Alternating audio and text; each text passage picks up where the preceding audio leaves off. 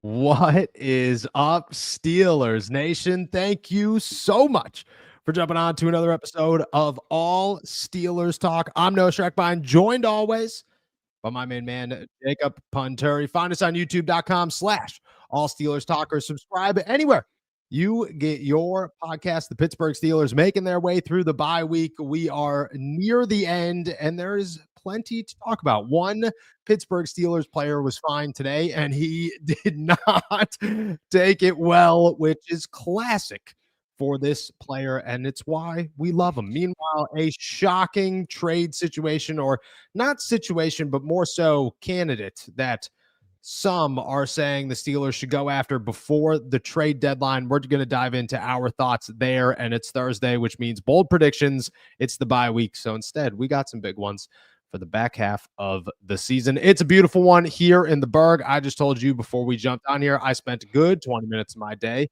And by 20, I probably mean somewhere around 4.5 hours, but it was intertwined with other things. You know what I mean? Working my way out of T-Mobile. Nobody tells you as an adult that owning your own phone plan is the hardest thing you will do. And it is the biggest. You could talk dentists, car dealerships, buying a house, doesn't matter. Cell phone plans, man. Those guys will get you. I hope your day is better than mine, my friend. How you feeling, brother? Feeling good. I'm not fighting the demons that Noah's fighting today, so I can't help but to feel good about it. Yeah, I mean today's been beautiful. This is Jacob's kind of weather, not too Yeah. warm. You throw an extra layer on, everybody's comfortable. You can get a lot done outside. You can get a lot done inside if you want to. Yeah. It's a good time. I'm feeling great. I'm glad October's here, I think is what I'm saying in short. Yeah, I mean, I'm definitely glad. It's weird to think that it's already the second. Time flies when you're having fun, you know what I'm saying? But it's football season. It is the bye week, and the Pittsburgh Steelers, well, they're 3-1, feeling good. And if you talked to us yesterday, they're going to win the AFC North and potentially freaking Super Bowl. So, times are good and are rolling in the city of Pittsburgh. Let's dive into some news and notes here, and we're going to start with one of our favorite players on the roster. That is no other than DeShon Elliott, who received a fine by the NFL per Rule 5, Section 4, Article 6, Item 5 of the NFL Rule Book that says towels are allowed on the playing field only if they are licensed and approved by the league. Well, Elliott did not have one that was approved by the league. This is what the rule book says, quote, towels, provided they are white only, licensed towels approved by the league office for use on the playing field. Players are prohibited from adding personal messages, logos, names, styles, and illustrations. A player may wear no more than one towel. Players are prohibited from discarding on the playing field any loose towels or other materials used in wiping hands, and the football, streamers, or ribbons, regardless of length, hanging from any part of the uniform are prohibited. DeShon was hit with a $5,797 fine for, I believe, just using a towel that was black instead of white. Well, he was not a fan of this whatsoever. He went on his Instagram story and said, quote, count your effing days. Y'all worried about the wrong things. Let's fix things that actually mean something. Tagging both the NFL and the NFLPA, DeShon Elliott remains the coolest player in a Pittsburgh Steelers uniform. I don't care what you think about it. The guy loves saying what needs to be said when it needs to be said, regardless of who needs to say it.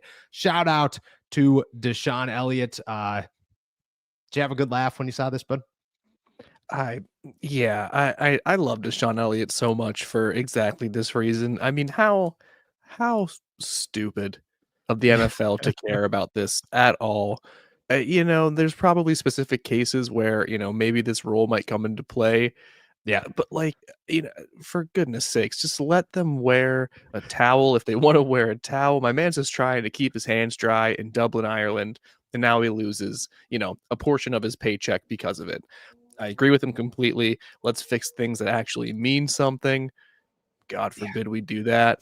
But yeah, I just love DeShon Elliott's his bluntness and his just like fearlessness in stating these things, because you could get some backlash for this, but Dude, he's doesn't getting care. fined again. That's what he's doing. He's getting Yeah. fined once again. And he literally can care less because he got an extension this year. He loves talking. This is his guy. DeShon Elliott, for a little while, was when we were real active on Instagram and TikTok and stuff, would like all, and shout out to Sean, man. That good dude. I love DeShon, hard worker, great teammate.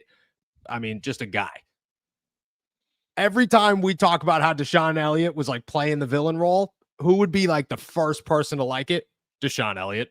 He'd be like, yep, that's my one. So shout out to Sean. I love this so much. Just for those of you who missed it, count your effing days is what he said to the NFL and the NFLPA. An absolute monster of a human being for a black towel. Absolutely ridiculous. Let's talk some actual Pittsburgh Steelers football here. The Steelers are 3 weeks just about away from the NFL trade deadline, where, well, there's a number of places they could look. There is a number of players they could look to trade. We've talked to Alex Highsmith. We have talked Pat Freiermuth in recent days. Well, one analyst believes that the Pittsburgh Steelers should be looking at no other than inside linebacker to fill a void that they desperately need. NFL.com's Kevin Patra said, quote, aside from Peyton Wilson's stellar appearance in Dublin, he has struggled in coverage, with his passer rating allowed as the nearest defender 130.4, counting as the sixth highest among linebackers with 100 plus coverage snaps this season. We're not yet at a panic point with the Steelers defense coming off a 6 sack performance against the Vikings. But as of now, I lean toward Pittsburgh adding on defense over continuing to seek wide receiver twos. I will push back on this in 2 ways. Okay. The first one being that Kevin, I believe his name is, clearly did not watch the game in Dublin. I don't know what side of the football or what side of the state he lives on, or the country he lives on. If it's the West Coast, it's a little early. I don't blame him for not being awake at 6:30 in the morning to catch a football game between the Pittsburgh Steelers and the Minnesota Vikings, but the guy didn't watch it at all. He's got zero idea how good the Pittsburgh Steelers defense is. He said 6 sacks. Yeah, that's a good stat. I could run with that one. That's the only information he has on any performance whatsoever.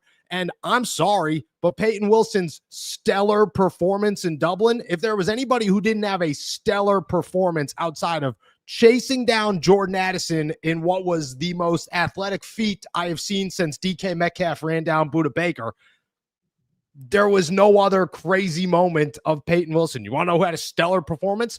The guy next to him named Patrick Queen. That's who had a stellar performance on the second part of it. The Steelers have Patrick Queen, who's looked phenomenal over the last week, 2 weeks, really. Peyton Wilson, who you're hoping develops, and you're not going to bench him. You're not putting this guy on the sideline for an entire game. And then you got this guy named Cole Holcomb, who's stepping up and filling that third inside linebacker role quite well, with no other than Juwan Bentley still on the practice squad, who could eventually make his way up. You wrote a story on this that drops in the morning in your reaction, so I'll give you the floor on it. What's your response to Kevin, my man? Okay, here's the one. There's one piece in this blurb that I think is worthwhile, and that is the fact that when Peyton Wilson is overexposed in pass coverage, there has been a little bit of a weakness there that opposing offenses are beginning to exploit. Agreed. That being said, what I feel and what I wrote about is that the solution to that is, one, not giving up assets to go outside of the organization to bring someone else in. But two, they've already started to kind of figure that out with this increased snaps for Cole Holcomb, with being a little bit better at allocating which snaps or for which middle linebackers. And I think by reducing that sort of stress and overuse on Peyton Wilson, it does allow him to just use his speed in pass coverage. It doesn't force the burden of run stopping onto him in a role that he's not quite ready to fill yet, if I'm being perfectly honest. And then you mentioned the other candidate there. Jawan Bentley is just waiting to be elevated to this 53-man roster when the time Yes. is right. There's no reason to go out and spend any sort of draft picks when you have someone who has most likely more starting experience and a better on tape resume than anyone else that they would go out and get via the trade market. So, as much as I sort of agree that there are some flaws in the Pittsburgh Steelers defense, it could improve, sure. Middle linebacker specifically is just not the position I would target whatsoever. No, I mean, there are options for the Steelers, and wide receiver makes the most sense, obviously, but you can look at other places. The one place I'm not going to look is inside linebacker, and there are reasons for this, and it's more than just, oh, Peyton Wilson had one incredible run, and Patrick Queen's that guy. Who are you going to get that is better than both of those guys? Who are you going out on the market and saying, oh, San Francisco, is Fred Warner available? Because if he is, we'll make a trade. You want a 4th round pick for him? Sounds good. I mean, they're just inside linebacker is the quietest. And by quietest, I mean like there are so minimal superstar, unbelievable inside linebackers in the NFL. It is a dying breed that is eventually going to go back up. Like it's not going to die forever. Running back was like this for a long time where it was a little bit of a sinking ship. Tight end was like that for a little while where it was a little bit of a sinking ship and then boom, it exploded again. And this is what happens. And well, right now there aren't a million great inside linebackers. They're just not. Hey, Baltimore, can we get Roquan Smith? Like, no, you can't. You want to know you could get Patrick Queen, who's the same as about half of the NFL, if not more. And then Peyton Wilson, who you're trying to develop, and Cole Holcomb, who was supposed to be that guy. I mean, there are teams that are starting Robert Spillane at inside linebacker, who, I mean, I guess if you want to go get him, fine, go have a great job. Landon Roberts, again, was on the Pittsburgh Steelers. There's just no need to go get him. You could argue that could they be improved? Certainly. I mean, I don't think outside of this week, Patrick Queen has had a game that I've sat around and said, this guy's a stud yet, but it was his best game as a Pittsburgh Steeler. I was very concerned about Peyton Wilson and still am concerned about Peyton Wilson, but I'm not giving up on the kid. But there's just nobody you're going to get that is like, who are you calling? You calling the Cleveland Browns for Devin Bush? No, that's what I'm trying to say. They've already had half the league. There's no need to go get somebody else. It just doesn't make sense. No. It really just doesn't. Kevin didn't watch a single snap. I got no issues calling him out whatsoever. When it comes to a trade, where are your eyes? Are your eyes on the defensive side of the football? Are they on the offensive side of the football? Like, if it's not inside linebacker, where are you realistically going? I just don't see how you can address and improve any sort of position on the defensive side of the ball, any starting position on the defensive side of the ball. Adding depth maybe in the, I think that it never hurts to have more secondary help. If Corey Trice comes back off of injured reserve and he's, still not really ready to compete or contribute in that way, sure, add another, someone who can play either safety or who can, be that 5th cornerback. Sure, I don't care about that at all. But really, I think I'm looking more on the offensive side of the ball because that's where your best chances are, in my opinion, to actually improve the roster, not just add another player who's just going to take up space on the 53-man. Like, they need another wide receiver for sure. If, the longer we go without any sort of clarity on Calvin Austin's timetable for return, the more that need becomes even more pressing and the priority. So defense, if the right piece is there at the right time for the right price, great. Other than that, I feel like all resources and all time and all focus should be on the offensive side of the ball. And I am guessing you agree. Yeah, I definitely agree. I mean, the Steelers have a defense that in the last 2 weeks has combined for 11 sacks and 8 turnovers. Not bad. Could be definitely worse. The offensive side of the ball just lost their wide receiver too, who was not contributing very much in the receiving game. They still can't figure out their tight ends. Their offensive line has had one decent game of 4 games and is very alarming still. I mean, there's just all of the need on offense. And I'm not even touching that, to be honest. My next question for you is real simple. Like, do you think the Steelers even make a trade between now and the deadline? Do you think the Steelers are a team that are more likely to move or to sit in the next 3 weeks? I think they're more likely to sit. And I don't think that just because I am usually more pessimistic, and while that might certainly be true in all cases, it is not because I think they're just not they're going to sit on their hands. I think they look at so much of the market, and I base this solely off of how much I continue to look over, tape and players that are available or could be or who are rumored to be, talking to people about what the situations are over there. Like, there's no player that stands out that's going to be someone who can improve the roster immediately and then in a playoff scenario. Yep. And secondly, there's no, it's not worth whatever it would require to get them. Like, Nope. if you were to go get a star wide receiver, you're going to give up way more than you want, and you're going to have to pay him way more than you want, right? Like we talked about Jacoby Myers yesterday or the other day, whenever it was. Like, you are staring at $50+ million at least going to him at some point, plus a draft pick to acquire him from Las Vegas.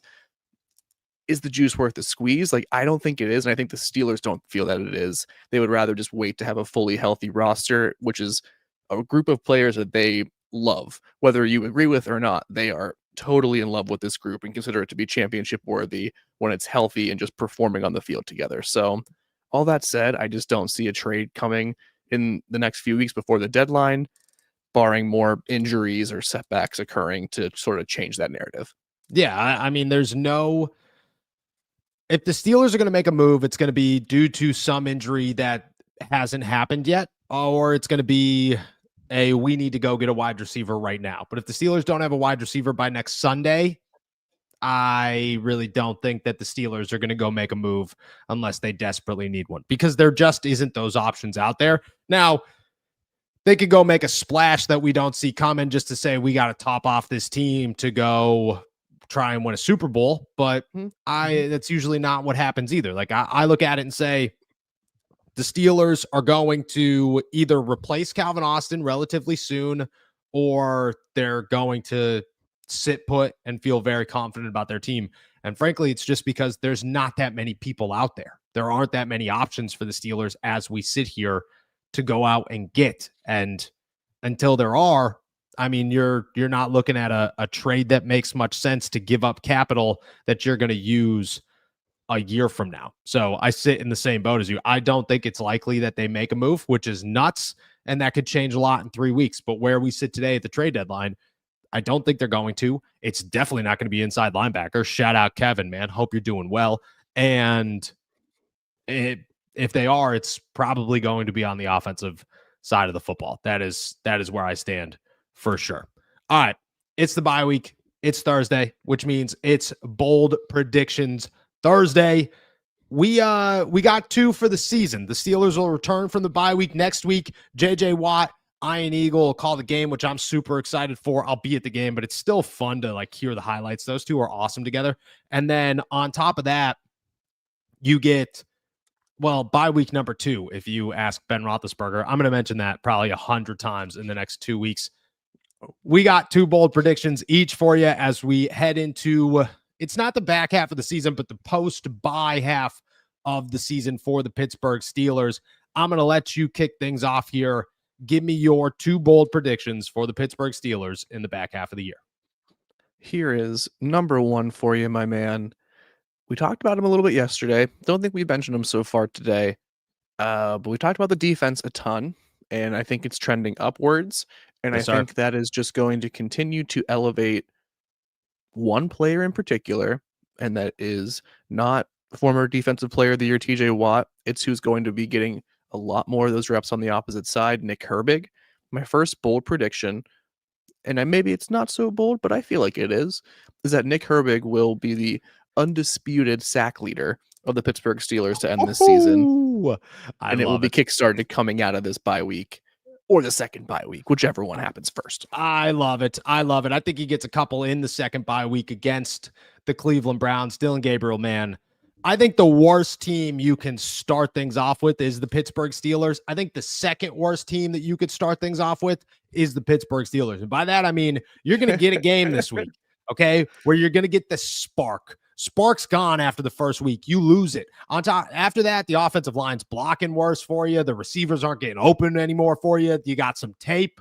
The worst thing you need in the NFL, the worst thing a not great quarterback could have in the NFL is tape.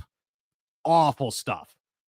The Steelers are about to walk in there, welcome him to to Acrisure Stadium, where people will be rocking. This team will be excited. And I think he is in for a rude awakening. And I think Nick Herbig's going to have a day, my friend. Dwan Jones is out for the season. I don't even know who replaced him at this point. I like that one. I could see it happening. And I'm a big Nick Herbig guy, as we know. So I think that is very likely for a bold prediction. Ooh, well, maybe I'm just maybe that is too mild of a bold take, but I think I'm just hopping on this train that is the Nick Herbig Express and just taking it all the way to wherever this season ends up. So I'm here for it. Let's go, Nick Herbig. You want to hear my second one? Hit me with it. Let's go. We talked about where a trade would happen. Still don't think it's going to. I'm not backing off of that at all. But what I think is going to continue to emerge and what is going to continue picking up momentum is this DK Metcalf feeling of being home for the Pittsburgh Steelers. He told you after that win that I'm here, I'm home. Everyone knows that DK Metcalf is the focal point of this Pittsburgh Steelers offense. It's going to remain so. But despite that, I think he is going to just continue to rise and smash expectations. He's currently on pace to finish with, 60 to 65 receptions, about 1,100 yards, double-digit touchdowns. My bold prediction is that I think DK Metcalf hits 1,300 yards receiving because the volume is just going to match that sort of production. Everyone knows it's coming to him, but I think as they demonstrated against the Vikings, you might know it's coming, but you probably can't stop it. And if they continue to do that, DK Metcalf keeps picking up these catches, keeps picking up yards and touchdowns.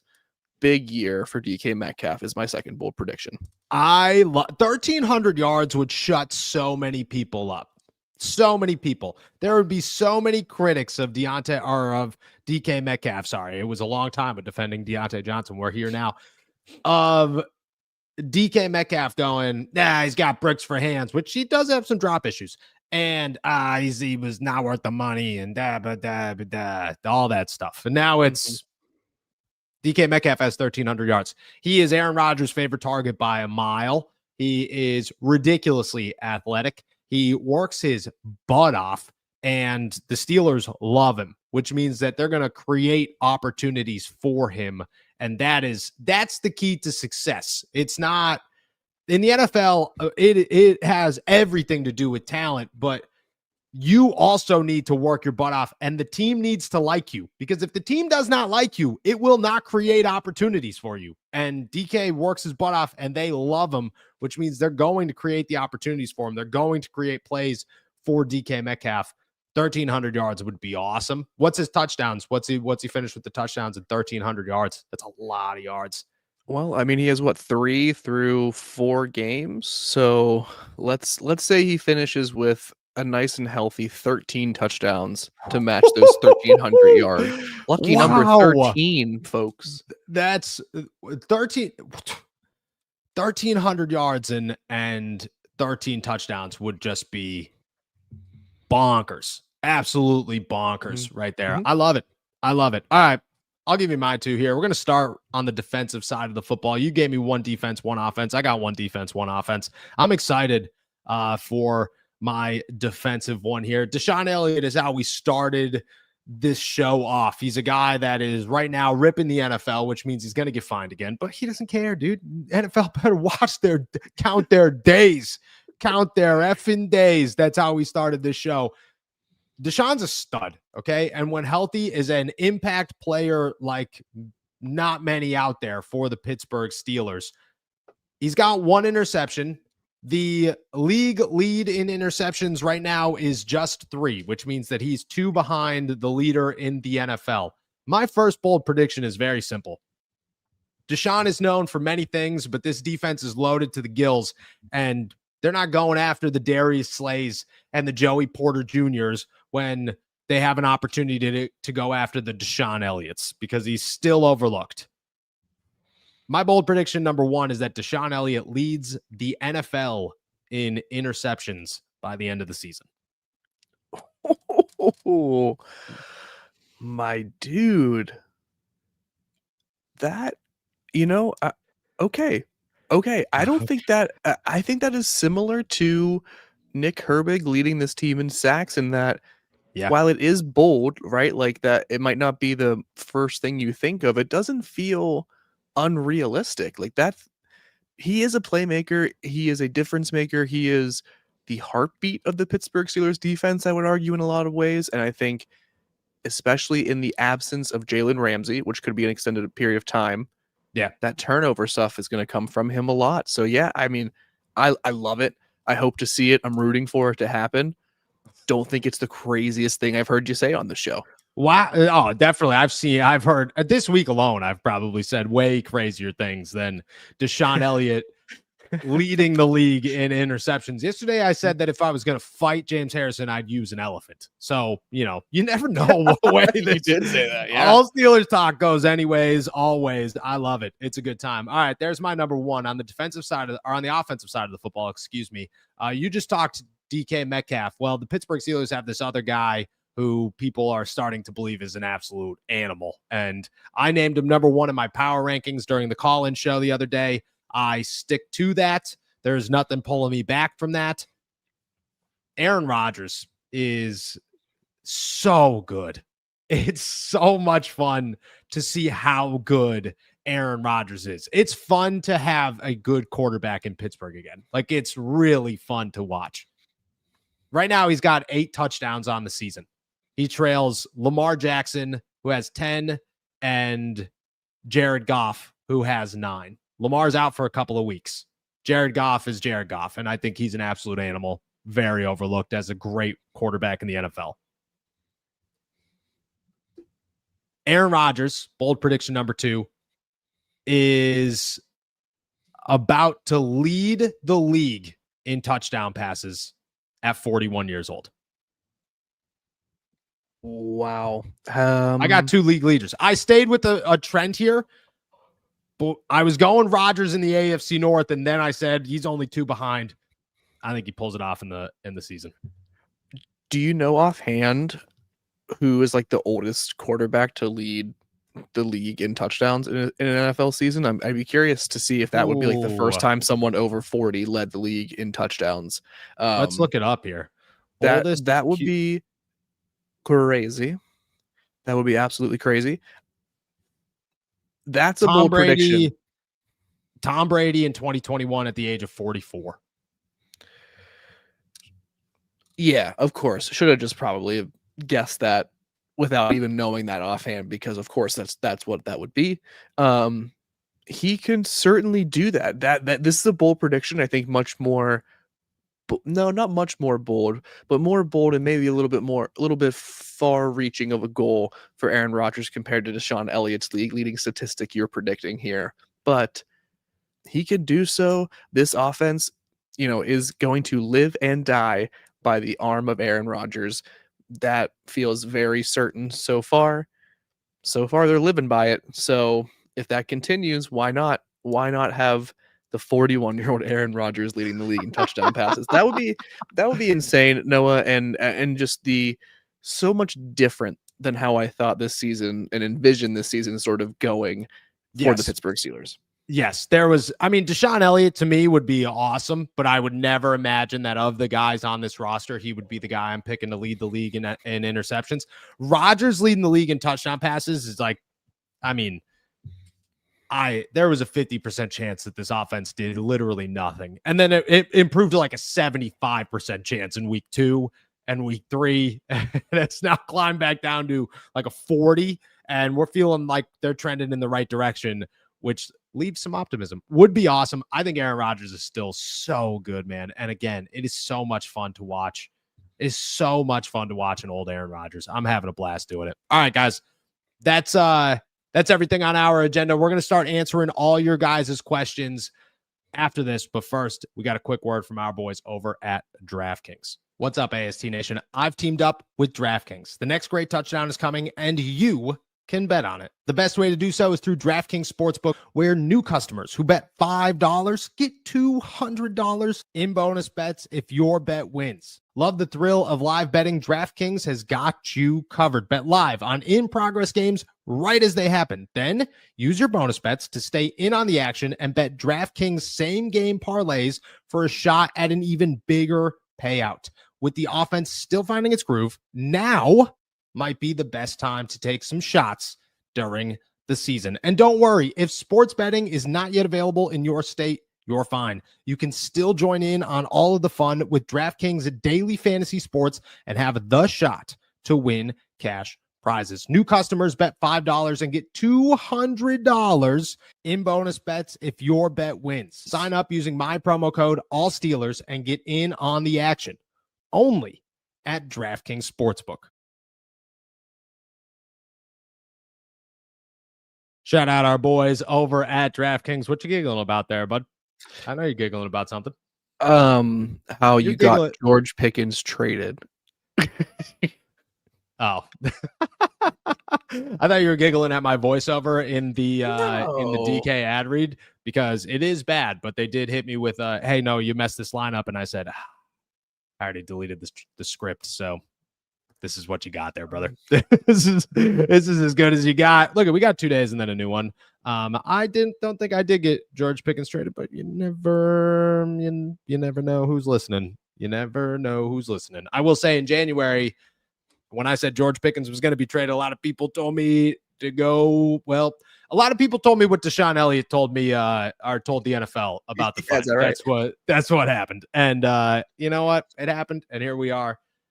Shout out. All right. We're going to start answering all your guys' questions. If you got them, toss them in the chat. Shout out to our super chatters. Shout out to our members. Can't thank you guys enough. And we are going to get it kicking with Lord knows 36. What's the best receiver the Steelers can get right now? I got an answer. I got it right off the top of the dome. I think it's Jacoby Myers. I think he's the most realistic wide receiver the Steelers can get. They might have to be a little bit aggressive for him. And by aggressive, I think you got to give up like a 4th round pick for him. But I think he's on them. I think if you called and made an offer, I think the Raiders would listen. Jacoby Myers would be my pick. I was so scared you were going to say Deontay Johnson, and I was going to be like, dude, come on. No. Realistic. Nah. Realistic that yes, I agree with you 1,000,000%. He is the one wide receiver of the many names that continue to be floated and talked about here and all over the place that is a viable option, both in terms of, a 4th round pick is not bad for Jacoby Myers. That's a hell of a player for a 4th round pick for the Pittsburgh Steelers. So would love it. And I think that is probably the most realistic. I love that term for it, Noah. Yeah. I think he's the name to watch. Chris here, guys, I feel like trading Wilson and Freiermuth for Jacoby Myers and adding Deontay Johnson for added wide receiver depth. Shout out Chris, jumping on the train here. Might be the moves we need. Thoughts? I think you don't need both. I think if you got Jacoby Myers, you're fine. I'm a big Calvin Austin guy. I think he is totally fine in this offense. I don't even think that you need to replace him. I just think that if you had another guy, it'd be a really quality wide receiver 3, and you could do a lot of good things there. So I just think if you got Jacoby Myers, it would be fun, and you just add more ability to your offense. I don't think there's any need for a Deontay Johnson after that. I think that you're fine with Calvin, Scotty Miller, Ben Skoranek, and your 7 tight ends. Yeah, and see the problem, if they had signed Deontay Johnson for the first 4 weeks, it would be great. But the problem is if you sign him now, you only get him for about 2 weeks because it's going to be too cold for him to play. And I do think contractually he's not allowed to play below certain temperatures, both Celsius and Fahrenheit. So it is true. It's true. Look at me and Deontay are the same person. Okay. After 40 degrees, we're not going outside. It's just not happening. Okay. And he realized that we both arrived in Pittsburgh roughly the same time. He left before I did. And we both realized very quickly, what the hell's going on here? Why is it never warm? Why is it not warm outside at all times? This sucks. So shout out. I love this place, but you know what? I think you just need one. Darian here. How much fun is YA Black to interview? He seems fun. YA Black's hilarious because he just has such like blunt sense of humor that he just doesn't care at all. And it's awesome. I don't think he necessarily likes the media, but he's good with the media. And that's all I ask for. You know, you don't got to be friends with me. I just want you to be a good interview. And he is. I think he's hilarious whenever he talks. Yes. Yeah, he has been great. I gotta be honest. There's not. I haven't found many of them to be. No. I get it.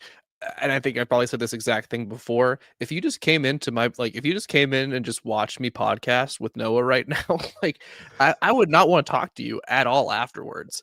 So I totally get that that Noah's presence in these people's lives is annoying. And yes, the fact that they have to deal with it is annoying. But for the most part, everyone is just pretty fun. Their personality comes through real quickly, and the persons that they are, I think, is one of the best parts about covering them, is because a lot of them are way funnier than me, way funnier than what we could talk about here, and it's been a joy. YA Black is a huge part of that. Yes, I that's the perfect way to put it. And some guys are cool. Some guys you become buddies with. They're very it's fun to talk to them, so on and so forth. But all I ask for, and I've been in the locker room with Vince Williams. I've been in the locker room with James Conner. I've been in the locker room with guys who, George Pickens, who just hated you and did not want to give you the time of day and were just jerks about it. You know what I mean? And I understand. But at the end of the day, we all got a job to do. If you give me a little something, I'll leave you alone. But some people take advantage of that. I will say there are a lot of people out there that are just asking dumb questions just to ask dumb questions. I've learned, Jacob's learned, you just ask the questions you need and you get the hell out. People love you for it. That you get a lot more respect for it. So short, to the point, then crack a joke and you're out of there. Shout out YA Black. Chris has one for us. Are YA Black and Derek Harmon the answer at nose tackle? I think more of YA Black at nose tackle helps, but I think Keanu Benton played really well against the Vikings. And I think what you're seeing right now is what happens when the defensive line is healthy. When you get Derek Harmon out there and you allow him, Cam Hayward, Keanu, YA Black, Daniel Ikuwale, who's working his way into the system, to have that rotation where you keep things fresh, allow guys to be utilized in ways that they thrive. So I don't think it's necessarily what's the answer. I think it's right now they have the depth to mix and match guys to find what's working at certain times. And I think that's the way to go about it. Yeah, I think they had the luxury at this point to kind of ride the hot hand in the rotation, because Cam Hayward, Derek Harmon, and Keanu Benton, if he's on a sustainable sort of trend right now, that there's, you have what you need in terms of getting that push up front. And then you could just cycle through YA Black. You can cycle through Daniel Ikuwale. And if they are the players who are, giving those best sort of spells for your starters, then excellent. If they keep earning more reps, even better. They have this luxury where they have a lot of talent and depth right now. And as people stay healthy, hopefully, and as people continue to gel, it should only improve. And I think that means a lot more Derek Harmon to your question here, Chris, more than YA Black for the immediate, future. But YA Black is going to be an increasingly larger part of this team in 2025 and then beyond this season. Yeah, I very much so agree. Chris has another one here. Guys, I'm going to be blunt. If we can't or won't use Roman Wilson and Pat Freiermuth, then we need to move them. They need to figure this out or trade them ASAP. I think this is two very separate conversations. I think people need to remember that Calvin Austin wasn't utilized to nearly the capacity he's utilized this year, last year. And I look at Roman in that same conversation. Pat's a different story. Pat is what's happening here. You know what I mean? Where can you justify, which again, I'm a big Pat Freiermuth guy. I got a lot of people who clearly did not watch my to-go today, but just decided to comment on it, telling me that I hate Pat Freiermuth. I made it very abundantly clear that I think Pat Freiermuth is a stud tight end in the NFL and would start on almost any team in the NFL, which like brings up the conversation of why isn't he? I understand why he doesn't have an impact here, but like you have to have the conversation of what does that mean? Because it's $12 million, and that $12 million is going to last the next 3 years. So I think it's two separate conversations. I think for Roman, no. The easy answer is no. You're not moving him. You got to, it's year 2 of his rookie deal. You got a whole other year before you even have that conversation. I think Pat, there's like questions of like, is he ever going to get involved again? And if he is and isn't, I think that, brings up a conversation. I do not think Pat Freiermuth is going to earn back a larger role in the next couple of weeks. Do you think he's going to be like a huge part of the offense, like coming out of the bye week? No, I don't. I think he is. I think Pat's what Pat is. I think Pat's role is what Pat's role has been the last couple of weeks. I think that's all we're getting from him. And I just, and if that is the case, that is just, it's not worth $12 million as much as I'm like Noah in the sense that I really like Pat Freiermuth, and I think I don't think you can find anything I've written that isn't super positive about him, to be quite honest. Yeah. But like, I don't understand why you pay him $12 million for the next 3 years if he's just not gonna if he's gonna be your third tight end essentially. My other thing with Roman Wilson, real quick, is like, do you believe, and I think your Calvin Austin example was a really nice sort of comparison or like point of reference here. I think there's space for Roman Wilson to be a part of the team next year, but like, how many chances does a player get where he could be elevated but isn't? Like with Calvin Austin as that example, contrarily, like injured the entire first year like Roman Wilson. The next year there was depth in front of him. The next year there was like this past year there was depth in front of him, and this year was the first year that they really could have elevated him further and gave him that chance. They could have done that with Roman Wilson at points last year to just get him involved. They at any point this year could have had him playing as the third wide receiver. He hasn't been elevated into those roles yet. So I'm wondering, like, do they have the same view on him? Like, Calvin is clearly someone that the Steelers view as an impact player. I think maybe that just sort of idea, that label, has not been applied to Roman Wilson, and I just don't think it's going to be. So why wait to keep him around? I don't know. Oh, that's an interesting take. And look at, if the Steelers, here's the other side of this. The Steelers are most likely going to add a wide receiver this offseason. Like, they're not going to not add a wide receiver. They stuck it out with Calvin because they liked Calvin, but this isn't the same thing with Roman. This is we have a clear need. We're going to have a clear need if Calvin doesn't stick around after this season, which his contract's up after the year. There's a chance, a more than likely chance, they add at least one guy in the offseason. If they add a guy at the trade deadline, that's another name. I think that conversation, it is like, that point is different, where it's maybe he's already on the outside looking in too much and things are too different. If that's the case, I think it is there. I think the conversation is there. Look, I'll say this. I wouldn't be shocked if he got traded, at the deadline. That wouldn't surprise me whatsoever. Do I think it's going to happen? No, but it wouldn't be like a stunner if that Roman got, oh my gosh. No, that wouldn't be it. I'd be like, yep. Makes sense. Like, I get it. I saw that. There's a little bit of writing on the wall. Like, it's there for sure. For sure. Jake Cobb salad. What an I can't believe we have two Jacob names in here in a week. I don't know what's happening. I think I'm losing the show a little bit. I think this is just becoming all Steelers talk. Jacob Panturi. It's all salad talk. It's all salad talk with a side scoop of Noah here.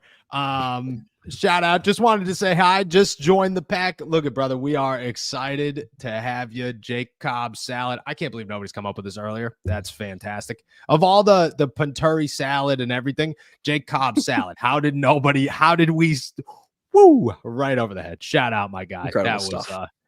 That was awesome. Cody Silva, No, and Jacob, have you guys ever interviewed anyone? You don't have to say a name, but that has Robert Spillane'd you. You know the Robert Spillane story where the man almost murdered me. Shout out to Robert Spillane. Hope he's doing well in New England. I think the best part of that whole story is the fact that I got interviewed on a Raiders podcast when he signed there last year, and they said, "Oh, what type of person is he?" And I said, He's a passionate guy. He's a really passionate human being. I didn't know how to let them know that, terrifying is the word I would have used. I do have one of these stories though. I was young, first year on the beat. It's first year on the beat. It's the first year on the beat because I showed up the day after Ben blew his elbow out. That was my first ever press conference, was Mike Tomlin's Ben's out for the season press conference. It was a wild way to start. And later that season, obviously, Marquise Pouncey beat a man named Myles Garrett with a helmet. Or not with a helmet. He retaliated against a guy beating a guy with a helmet. Either way, it was a scene. Okay. And Browns fans were not happy that he was nominated for Walter Payton Man of the Year like 2 weeks later. They were not happy at all. So I, in the press conference or in the interview, was like, Marquise, any thoughts on, NFL fans who are kind of bringing up the whole Myles Garrett, situation, saying you shouldn't have been nominated?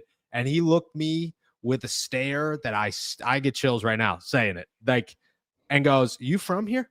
I was like, "Yeah." He's like, "I don't," and he goes, "I don't think you are." And I was like, "Okay, I'm so sorry." And then afterwards, after the interview ended, I didn't say a word. I sat there. It was just like, "Yep, don't kill me."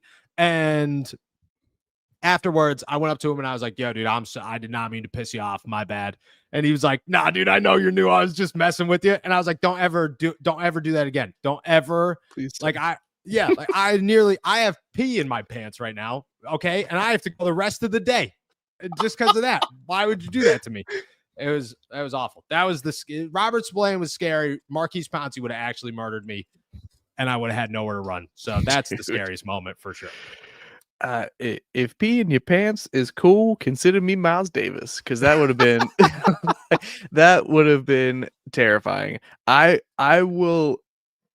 will just add that I think there is one player in the Steelers locker room who so far this year takes a particular joy out of not giving helpful information. Oh, I'm excited for this one. You don't have to give a name. I'm not giving a name. Oh my God, no. Does not enjoy giving helpful information. But is he the most successful human in the Steelers locker room? No, I'm not talking about Aaron Rodgers. The second most successful. No, I'll tell you off when we're done. But okay, I have an idea. But yeah, beyond that, I try to just if I don't feel very prepared to ask a question, I'll let someone else ask that dumb question. You know what I mean? Yeah. Like, I'm just there to get the information I need to. You know, I'm not a dumb question asker. That's just stupid. You know what I mean? Anybody who's like, "How you feel about that?" Yeah, what's your favorite bridge in Pittsburgh? Shut up, dude. Just stop. Look they got things to do. We got things to do. Nobody wants to be here for this. Leave. Okay? Just leave. Awful. J. Cobb Salad, is Chris Olave not an option anymore? I don't think he's not an option. I just don't think the Steelers have necessarily dug into that consideration right now. And I don't know who has. I don't from my understanding, the Steelers have not made many phone calls about wide receivers. They have remained pretty quiet. So that could change. There are a lot of people not in the building right now. So, and, as much as I love Omar and we talk about pizza and Disney World every time we're together, and we share a lot of the same likes that Disney World is cool, but Rockaway Pizza is better. I'm not going to text him. He's not going to be the guy. I'm not going to be the guy he's calling to say, "Hey, no, we're making these phone calls." So most sources are not in the building right now.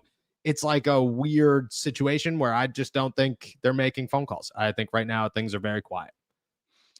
Ye ye I don't believe that, but, um, I I believe there's no one to talk to right now. Like, you know what I mean? Uh, You I believe they believe. are making phone calls?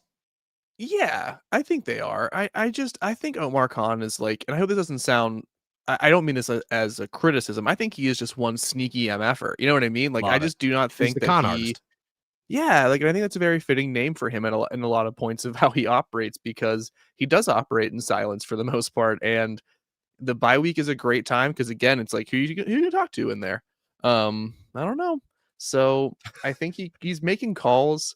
How Yeah. serious are they? I don't know.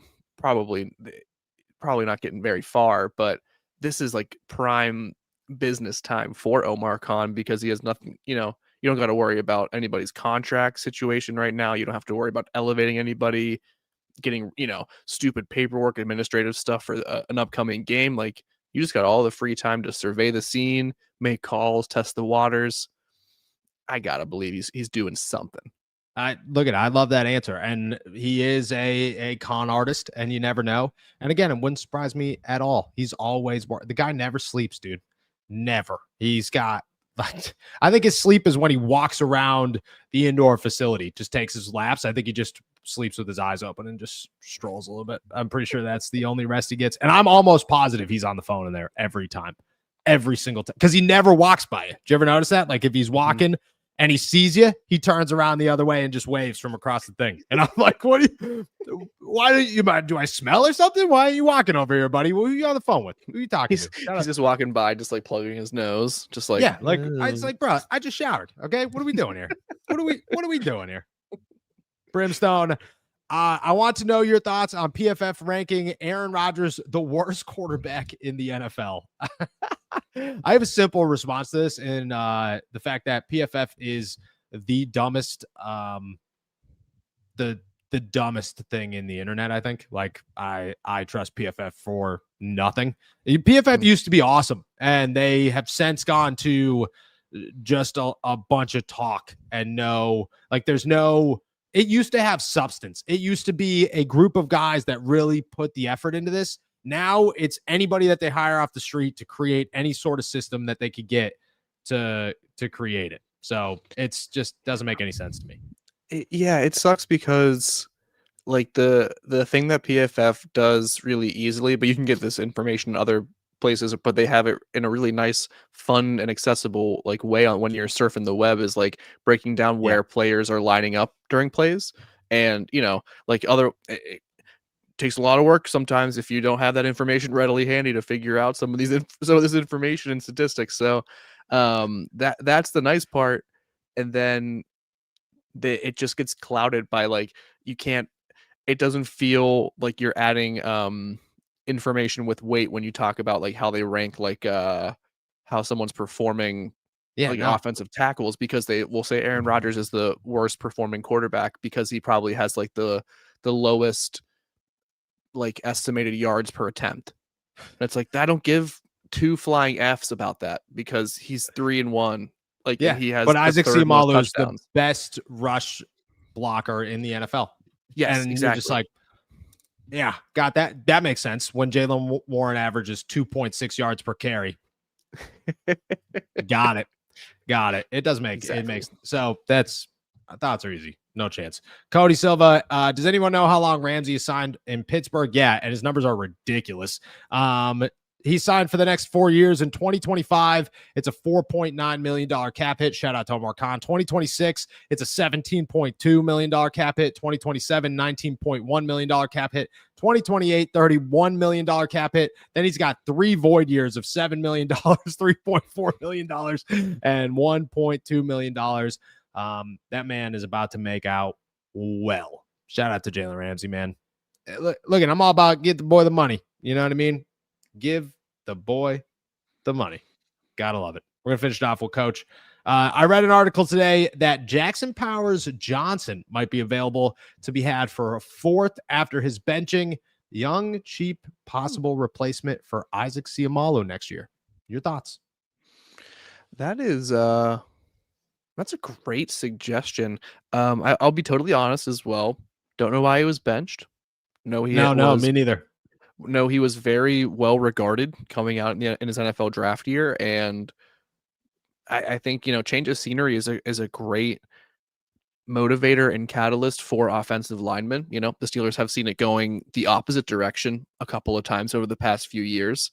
So maybe they bring some of that that mojo back in their favor in a Jackson Powers Johnson, and he could be that replacement for Siamalu because they need it. They need someone who can be that missing piece, I guess, to the left of Zach Frazier. So I love that suggestion. And Me too. From Coach. I love that. From Coach. Shout out to Coach. Put me in, Coach. I think it would work well. I don't know if Jackson Powers Johnson's going to work in the NFL, but to take a risk on him for a 4th round pick, you're getting Mason McCormick on a 4th round pick. You know what I mean? And that's a shot in the dark that some dude from South Dakota State's going to work out. It's just chances are he's not, There are a lot of 4th round picks that do not work. A guy who was drafted in I believe the 1st, maybe the 2nd. I think it was the 1st round, though. I think he was a 1st round pick for the Las Vegas Raiders. To get him for a 4th round pick, be able to sit him on the bench, have quality depth while Spencer Anderson and him are here with Ryan McCollum, I think it works really well. I think that would be a very under the radar, but a trade that I'm a big one. I'm a big fan of. 44th overall pick, by the way. Just in the 2nd round, which again, just in the 2nd round. I think it'd be all right. All right, let's finish off with Jim D here. Hey, Noah, what do you think about trading Muth, Warren, and Wilson for Olave and Kamara? I will say I'm pretty anti-trade here. I'm pretty no-go, only because Chris Olave has had 4 concussions. You don't get that many of those. You're very close to the end of the concussion line here. Wes Welker, no chance he had more than 10 on paper. And Alvin Kamara is 32. So good running back, but you're only going to get him for another year, maybe 2 years. I think that you're trading a lot for really a little here. I don't really think it evens out. If you want to trade Roman Wilson, for Olave and Kamara and get a steal there, that'd be awesome. I'm a big Muth guy, but I think the conversation's there. I'm not ready to jump on it yet. And I don't think you're getting rid of Jaylen Warren. I just don't. I don't think I'd have that conversation. I don't really want Alvin Kamara over Jaylen Warren as my starting running back, to be quite honest. Not that Kamara's not better, but I just why do I want a 32-year-old starting running back? No. A lot of veterans I'm cool with in a lot of positions. Yeah. 1st string running back, the go-to guy, not where I want that age to be. And I think I've just really soured on Chris Olave. And I think the health concerns are just the overwhelming factor why. It's just for a team that is trying to win a Super Bowl to take such a risk on a player who is, has such a concussion history and injury history as a whole. I don't know if it's worth it. Even I understand getting rid of maybe assets that are expendable is great, but the return is not ideal in my opinion. No, I agree. Tyrone here. No, do you think Ramsey and Calvin can play by the Bengals game? I don't think either of them will be back by the Bengals game, just from early indications. And it's a small turnaround. It's too short of a turnaround from Cleveland to Cincy. I could see the game after that, I believe.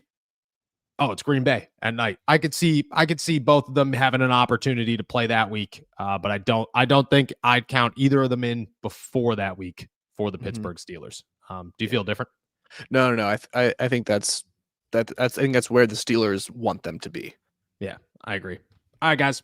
With that said, we're heading out of here. Thank you so much for jumping on to another episode of All Steelers Talk. Make sure to subscribe to us on YouTube, youtube.com/All Steelers Talk. Check us out anywhere you get your podcast. As always, go find all of our work at si.com/NFL/Steelers, and we will be back tomorrow. Enjoy another beautiful day in the Berg.